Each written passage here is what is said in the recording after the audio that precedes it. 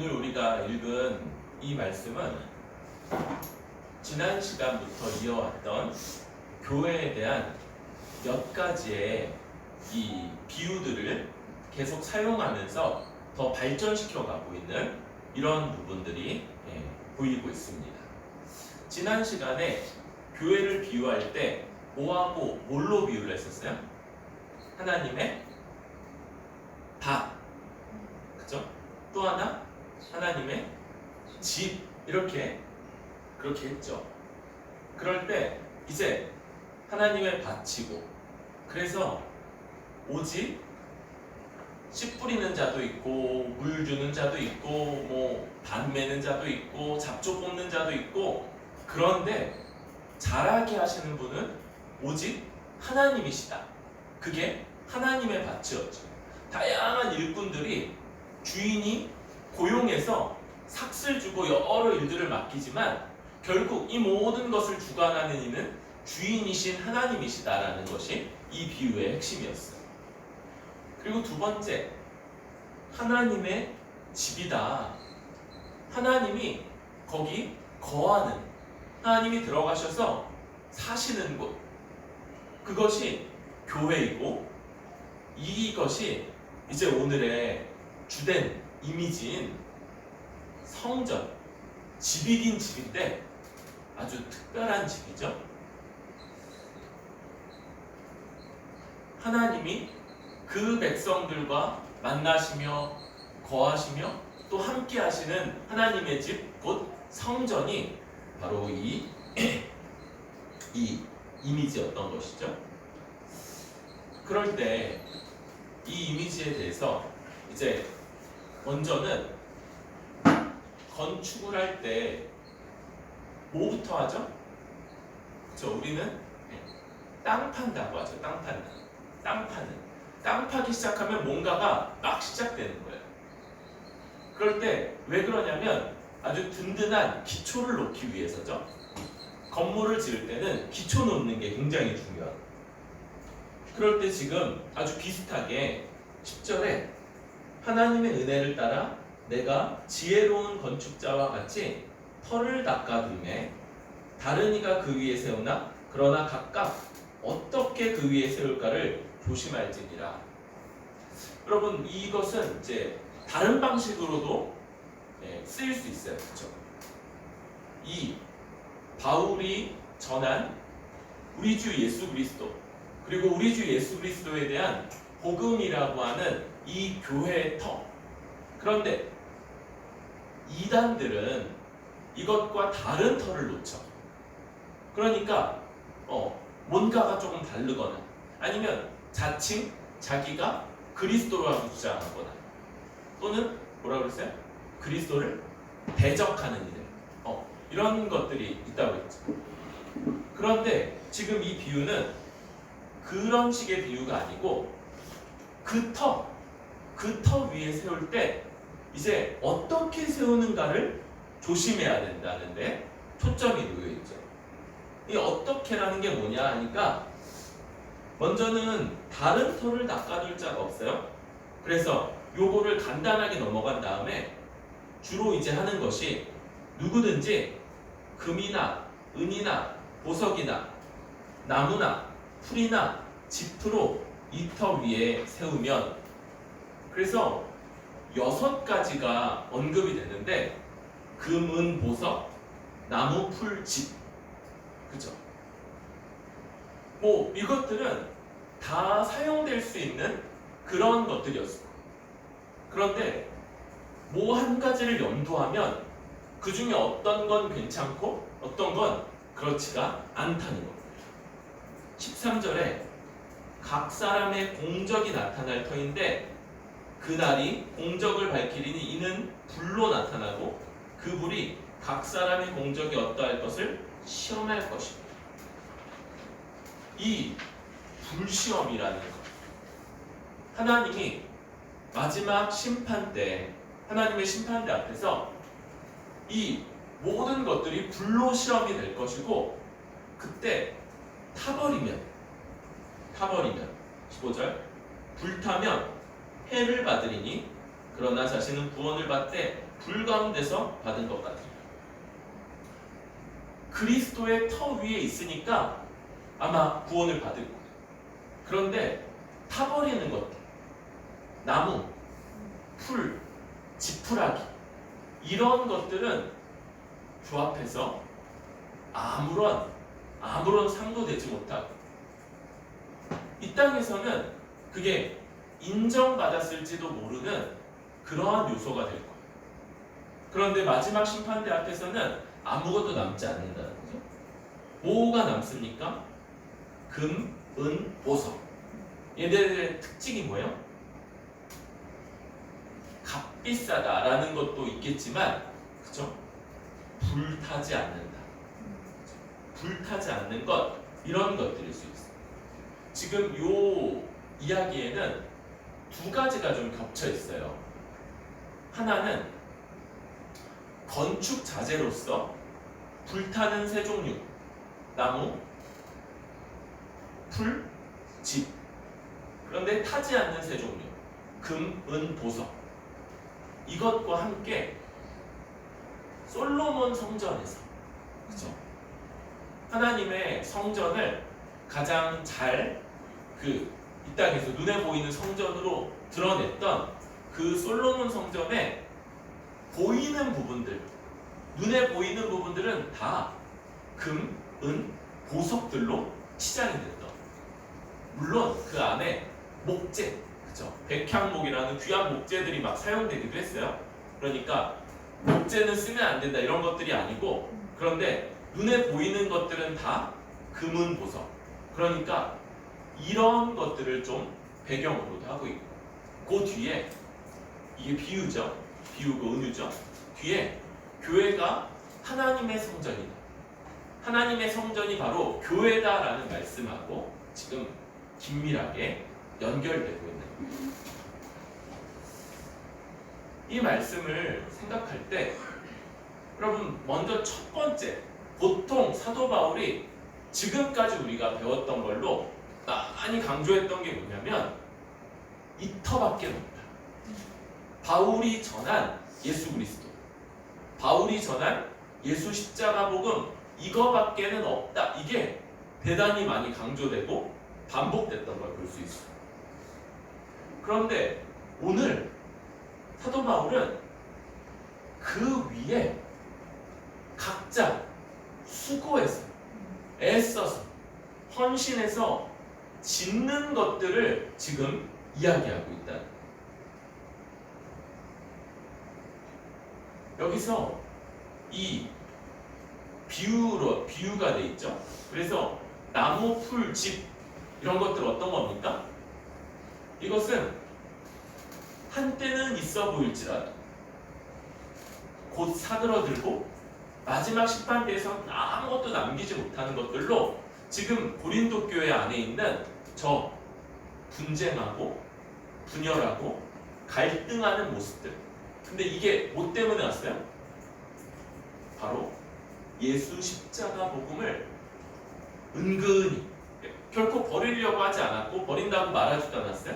은근히 등한시하면서 세상의 지혜를 쫓았던 것. 이게 바로 그것으로는 교회가 설 수도 없을 뿐만 아니라 마지막 심판 때에서 다 불타버리고 아무것도 남지 않을 거다라고 말하는 요 나무, 풀, 집 같은 것들이죠. 반대로 금은, 보석, 이건 뭡니까? 십자가 복음을 따라 세상에서는 어리석어 보이는데 주를 따라가, 그리고 그걸로 겸손하고 희생하고 인내하고 사랑하고 섬기며 그렇게 한몸됨을 힘써 지키면서 자라가는 것, 이것이 금, 은, 보석, 교회를 마땅히 이루어가야 되는 방식이고, 이것이 마지막 심판대 앞에서도 영원토록 남을 수 있는 그러한 것들, 요 세 가지 이렇게 얘기할 수 있습니다. 여러분, 우리가 갈라디아서나 이런 데서 이야기했던 것 다른 터의 문제였어요. 그쵸? 예수님의 십자가 복음에 율법주의를 더하는 것, 공로주의를 더하는 것, 이런 것들이었어요. 이건 다른 터다. 그런 거 전하면, 그런 거 믿으면 저주받는다. 이렇게 말했던 게 사도 바울이었죠. 그런데 오늘은 강조점이 좀 다르다고 했어요. 여러분, 그 위에 서 있어요. 나는 예수 십자가 복음만 믿어요. 물론 이 고린도 교회가 정말 그랬냐? 그쵸? 은근히 그렇지 않았죠? 은근히 벗어났었죠.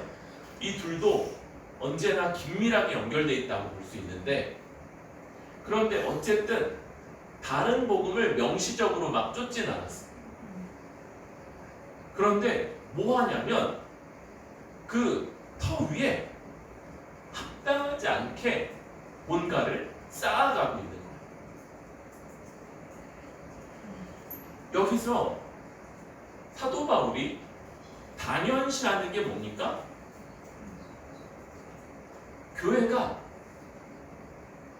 하나님의 백성으로 부름받아서 예수 그리스도라는 터 위에 가만히 서 있는 그런 존재, 그런 사람들이 아니고 그 위에서 수고하고 노력하고 애써서 뭔가를 자꾸 쌓아가는, 올려가는 이미지, 이걸 자연스럽고 당연하게 그렇게 여기고 있는 거예요. 그러니까 예수님의 십자가 복음만, 그것만 나는 그거 믿으니까 이제 구원받았죠. 그런데 뭐라고 했어요? 사도 바울? 구원에 이르는 지혜. 그러니까 예수님 믿으면, 예수 십자가 복음 믿으면 이제 구원받았다, 끝, 땡, 이런 게 한 번도 나오지 않고, 이제 그렇게 구원받은 자로서 정말 하나님이 구약에서부터 그 백성들을 이루어서 만드시기 원했던 그런 백성들처럼 교회가 살아가느냐, 그렇게 행하느냐, 십계명 안에 요약된 하나님의 뜻을 성취하면서 그렇게 살아가느냐, 이게 사도 바울의 관심사였고 사도 바울이 그렇게 말하고자 했던 바인데, 오늘 그런 부분이 드러나고 있다.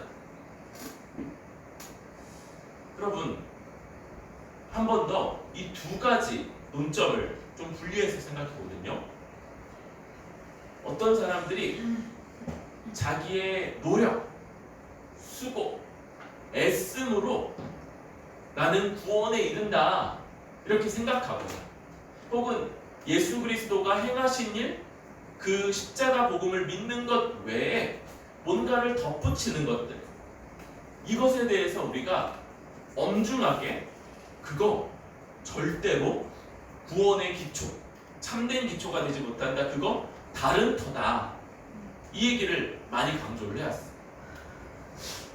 그런데 전적으로 하나님의 은혜로 예수님의 십자가 공로로 이루어지는 구원에 대해서 이제 그 구원이 그의 백성들로 주 앞에 합당하게 살아가게끔 하는 것, 하나님이 기뻐하시는 삶, 우리 주 예수 그리스도를 닮아가는 삶을 살게 하는 구원이라.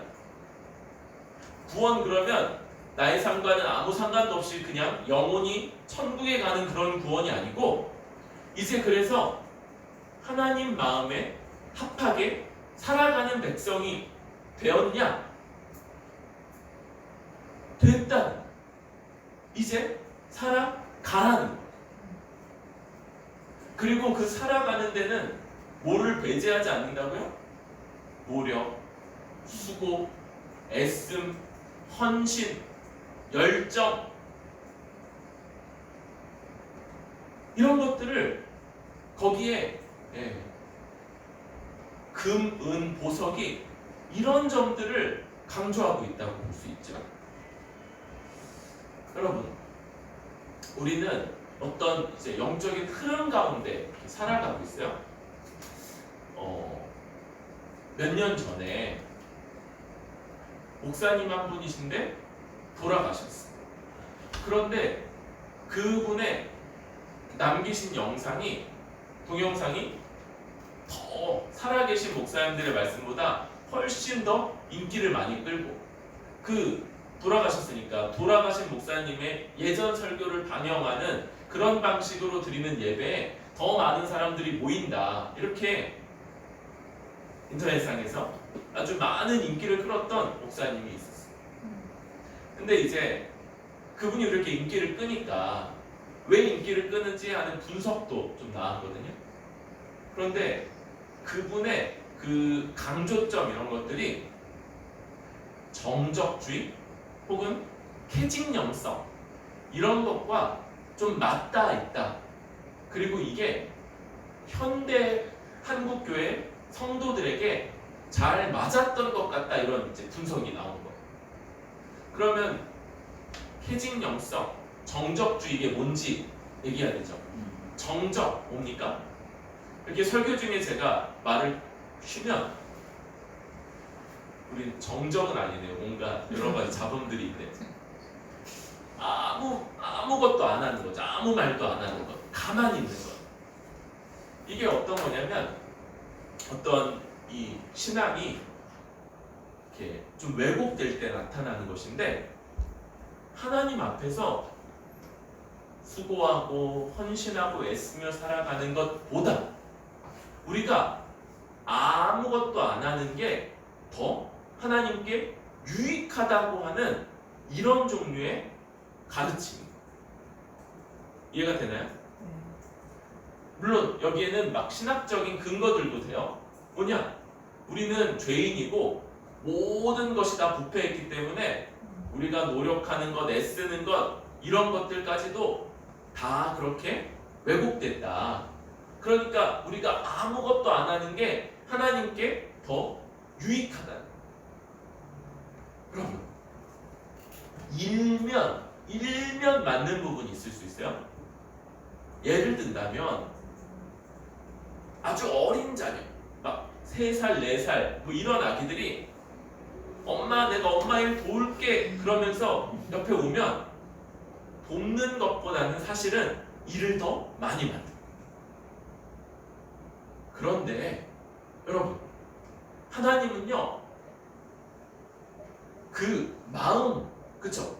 그렇게 해서 벌이는 일들, 이 결과들에 대해서는, 그죠? 두 번째 문제고, 하나님은 그 마음으로 정말 하나님을 돕고 싶은지, 하나님을 돕는다는 말은 약간 어불성설이에요. 하나님이 기뻐하시는 대로 살고 싶은지, 하나님을 위해 살고 싶은지, 이 마음의 문제를 물으시는 거고, 그 마음을 이제는 하나님을 위해 사는 자, 하나님을 유익하게 하는 자, 하나님을 영화롭게 하는 자, 이런 자들로 새 존재를 만드셨는데 그게 우리 교회라고 말하는 거예요. 교회. 그러니까 여러분, 신앙 고백이라는 건 여러 차원에서 설명할 수 있죠. 우리 제일 많이 얘기하는 건 세례 서약이잖아요. 그렇죠? 또 뭐도 많이 합니까? 우리가 믿습니다 라고 말하는 사도신경 고백도 신앙 고백이죠. 웨스트민스터 요리, 이것도 일종의 교독 형식으로 되어 있는 신앙 고백이에요. 우리가 믿고 있는 바를 교독 형식으로 배우기도 하고 고백하기도 하는 이런 것들이죠. 그런데 바로 이것, 내가 주를 사랑하고 주를 위해서 사는 사람입니다 라는 것, 이것 역시 아주 필수적인 신앙 고백의 한 부분이다. 신앙 고백의 한 차원인 거. 되게 단순하죠. 예수님이 베드로에게 요거 하나 물으시죠. 너 나 사랑하냐? 이거 하나 물으시는 거예요. 하나님을 사랑하는 백성. 그래서 하나님을 사랑하기 때문에 하나님의 말씀대로 살기를 원하고, 하나님의 다른 백성들인 다른 지체들도 사랑하는 삶. 이런 것이 하나님이 만드시기 원하는 바이고, 이게 우리의 신앙 고백의 또 다른 차원이에요. 그러니까 하나님 사랑합니까? 하나님 사랑합니다. 이렇게 말하고 또 그게 그 삶으로, 그의 삶의 방향성으로 드러나는가. 이게 우리 신앙 고백에 있어서 되게 중요한 겁니다.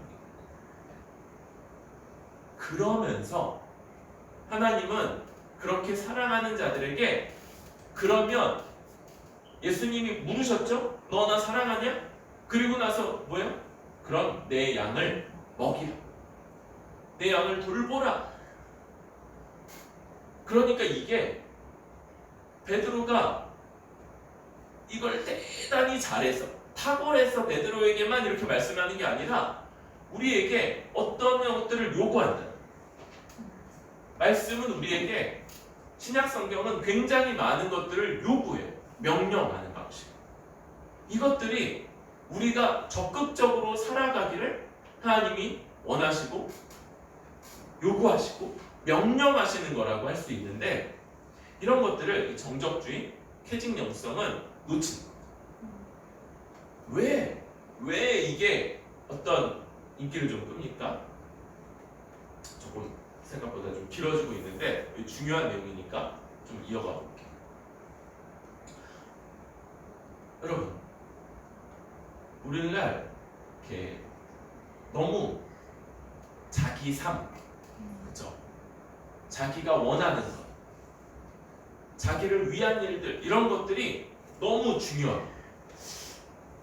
이전에 교회에서 수고하고 헌신하는 것, 물론 그 목적이 어떤 거냐 이런 것들을 엄격하게 따진다면 또 다른 것들을 말할 수도 있겠지만 어쨌든 간에 헌신하는 것, 애쓰는 것 이런 것들을 비교적 당연히 자연스럽게 여겨왔어요. 그런데 요즘 코로나 이후에 이제 더 이상 식사를 준비해주지 않는 교회들이 되게 많아졌다면서요. 그리고 많은 이유가 그렇게 너무 힘들다는 거예요. 그렇게 헌신하는 것 이런 것들이 헌신하는 것, 수고하는 것, 다른 말로 주를 위해서 애쓰는 것 이런 것들이 점점 하기 싫어지는, 점점 힘들어지는, 물론 하기 싫은 마음만 있진 않을 거예요. 그렇다면 불신자일 테니까 상황이 힘들어질 수 있죠. 그렇죠? 더 막 일하는 시간도 더 늘고 그러니까 더 지친 상태로 교회에 오게 되고 뭐 이런 것들이 있을 수 있어요. 그럼에도 전반적인 흐름이 점점 헌신하는 것, 수고하는 것, 애써서 일하는 것 이런 것들이 등한시되는 그러한 상황입니다.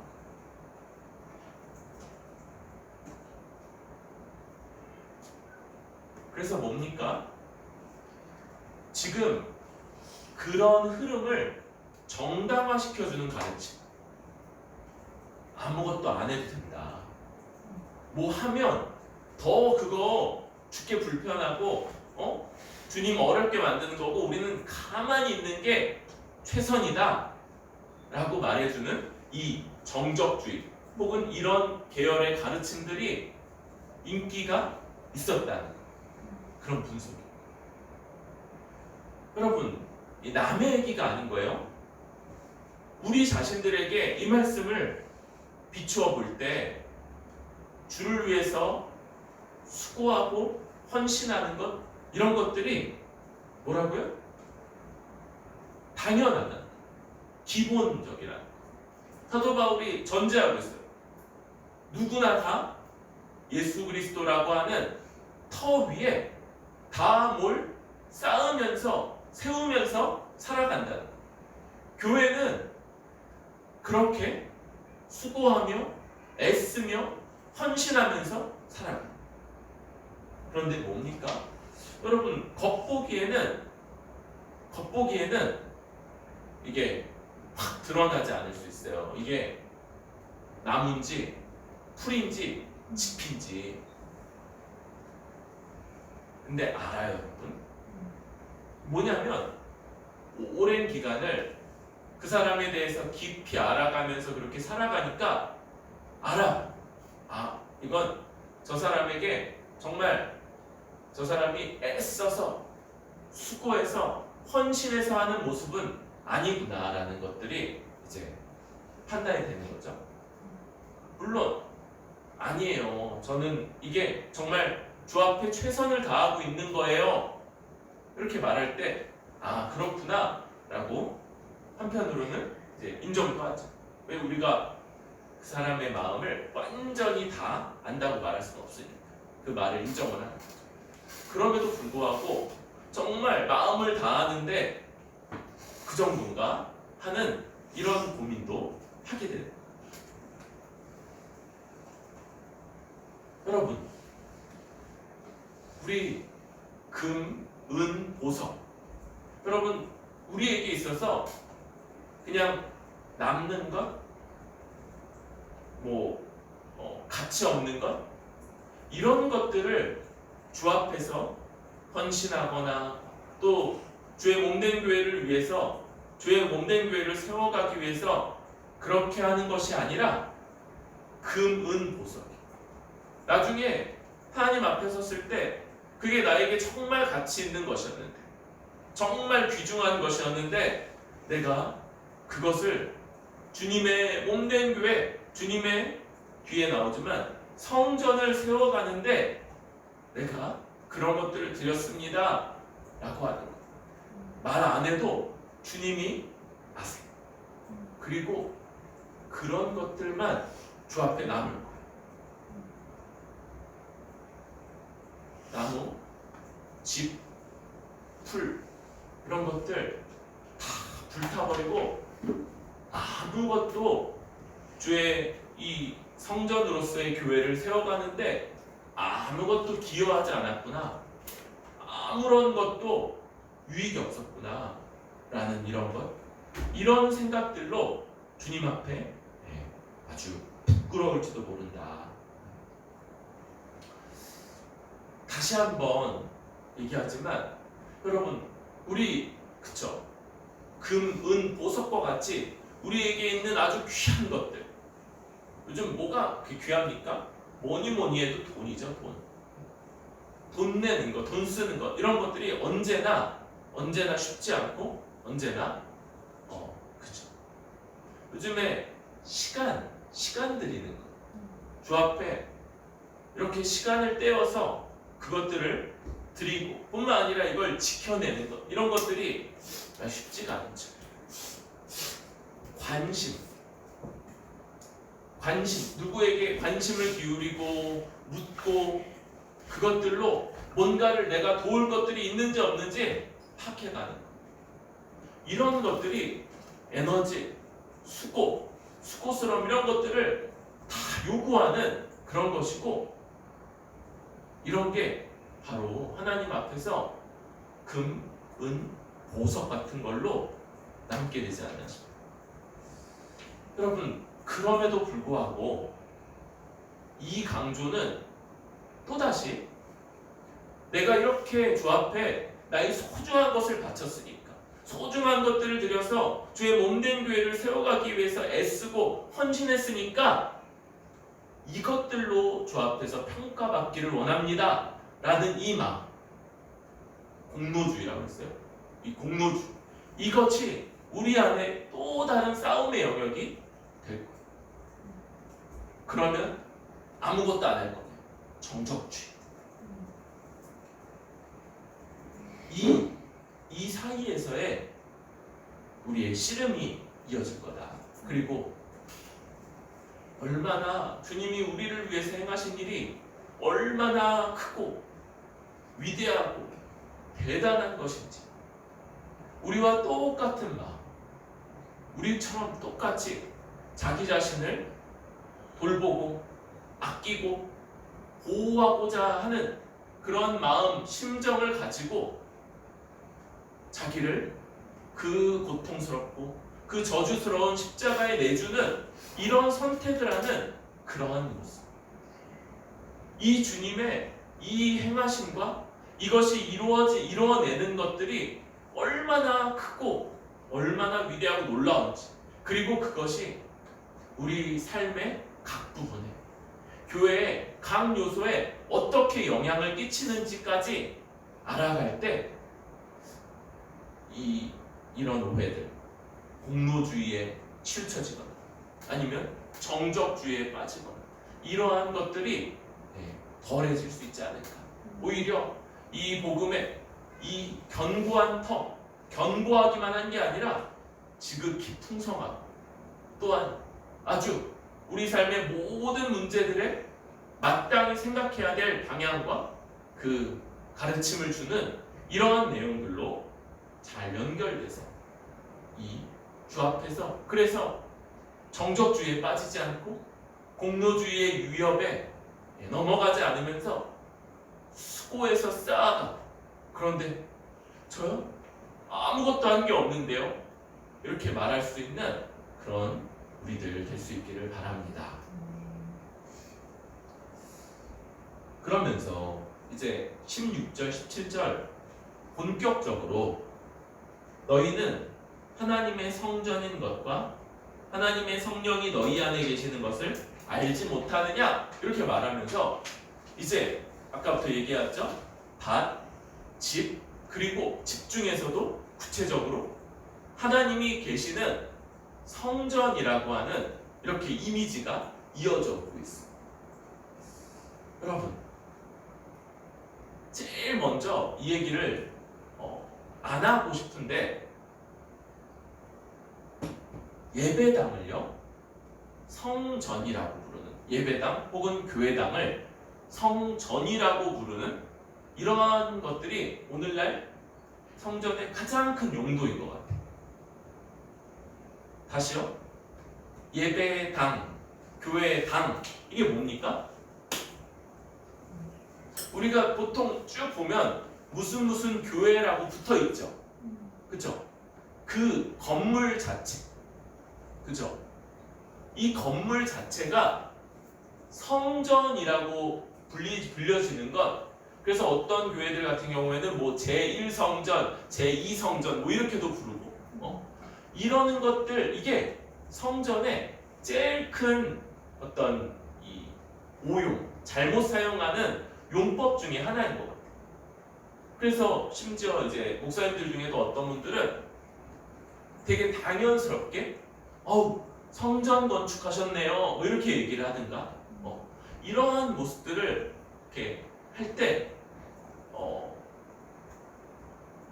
이런 분들하고 하나하나 이제 얘기를 하면 쉽지가 않은데, 저는 이제 탁 이렇게 걸리면서도 그냥 이렇게 넘어가는 편이에요.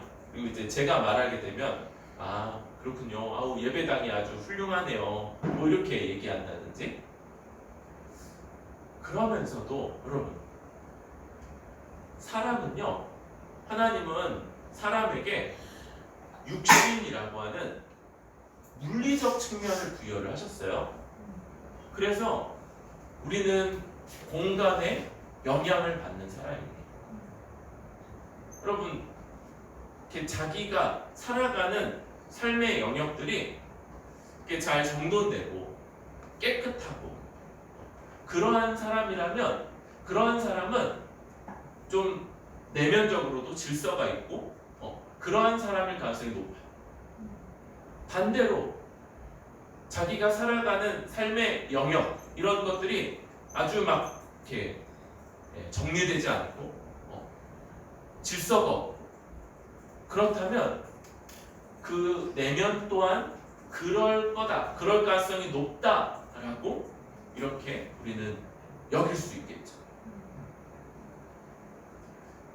예배당 역시 마찬가지예요. 여러분, 예배당을 성전이라고 말해서 강조하는 것에 대해서 반대합니다. 그거 잘못된 거예요. 지금 여기서 성전 얘기할 때 너희는 곧 고린도 교회가 성전이라는 거예요. 고린도 교회, 곧 성도들이 성전이라는 얘기지, 고린도 교회에는 거대한 예배당이 있지 않았어요. 각 집에서 모이고 그랬던 거지 그런 것들은 없었어. 그러니까 어떤 큰 예배당을 놓고 성전이 아주 훌륭합니다 이렇게 말하는 것들 잘못된 거라. 그런데 뭐라고요? 우리가 모여서 드리는 예배의 공간은 중요하지 않은 게 아니에요. 여러분, 우리 이렇게 이런 이 가정집의 거실을 이용해서도 예배를 잘 드릴 수 있을 거예요. 그런데 사람은 물리적이고 외부의 영향 가운데 있는 사람이기 때문에 더 나은 공간, 이런 것들이 우리의 예배에 영향을 안 미친다라고도 말할 수가 없어요. 그런 면에서 예배 처소, 예배당은 중요합니다. 예배당을 성전이라고 말해서 강조하는 것에는 반대하지만 그렇다고 예배당이 중요하지 않은 게 아니에요. 우리도 이 부분에 대해서 더 진지하게 의논하고 고민을 해야 될 때가 점점 오지 않나 이런 생각도 합니다. 예배당은 중요하다. 우리의 환경은 우리에게 그게 절대적이라고 말하진 않지만 그러나 많은 영향을 주기 때문에 그것은 중요하다. 이런 여담을 먼저 해야 된다는 것이 그쵸? 시간도 지금 늦어지고 있는데 이게 슬프면서도 그런데 필요한 얘기라서 했어요. 여러분, 우리의 이제 이전 세대들은 성전 건축하는데 열심을 냈어요. 그쵸? 그분들이 사람들을 사귀고 지체들이 더 신앙적으로 성숙하고 그 안에서 견고하게 한마음 한뜻으로 연합하는 것들에 더 힘을 함께 썼다면 참 좋았을 것 같아요. 우리는 이런 강조점을 가지고 있죠. 정말 그렇게 잘 되어가고 있는가의 문제는 이제 두 번째로 놓고 일단 그런 강조점을 가지고 있어요. 그런데 예배당을 더 개선해서 그러므로 우리가 더 온전히 깊이 주님 앞에 영광 돌리며 예배하는 일에 관심이 있는가? 이런 물리적인 환경을 개선해가는 것에도 우리가 관심을 가지고 있는가? 요거에는 의문점들이 있는 거예요. 여러분, 교회가 성전이죠. 맞아요. 우리가 성전이니까 예배당은 안 중요한 거 아닙니까? 여러분, 그게 아니라고 했어요. 예배의 처소, 예배당 중요합니다. 우리는 하나님이 물리적인 환경과 상호작용하도록 지으신 육체를 가진 존재이기 때문에 환경, 어느 곳에서 예배드리는가 이런 것들이 다 영향이 있어요. 우리 얼마 전에 은혜드림 교회에 가서 예배드리니까 참 좋지 않습니까?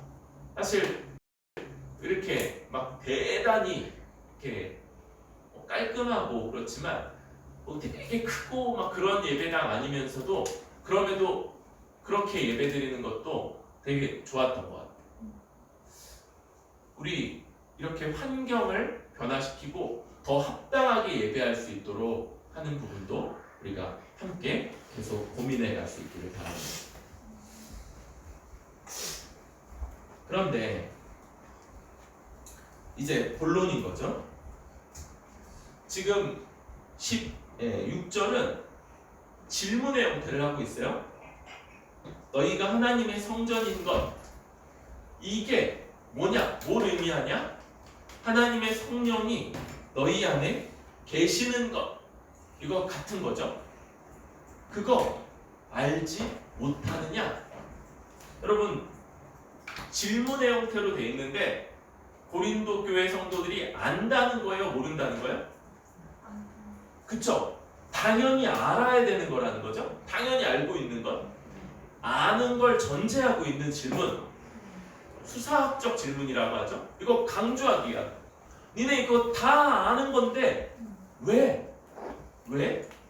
모르는 것처럼 그렇게 행하느냐? 그리고 얘기하죠. 17절.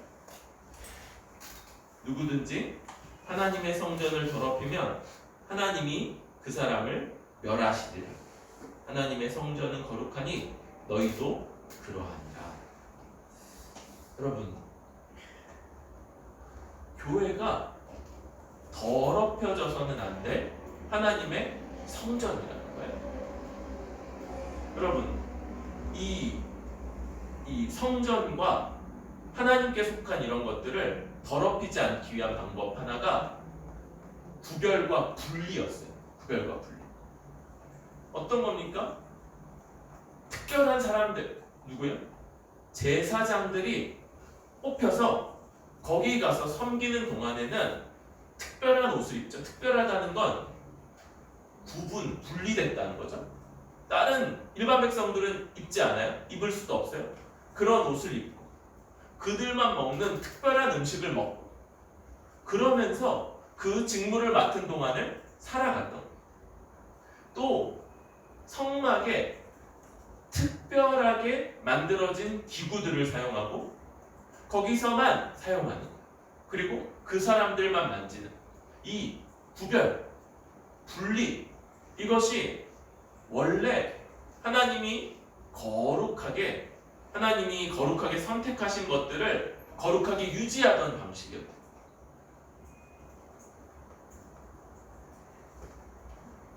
그런데 지금 뭡니까?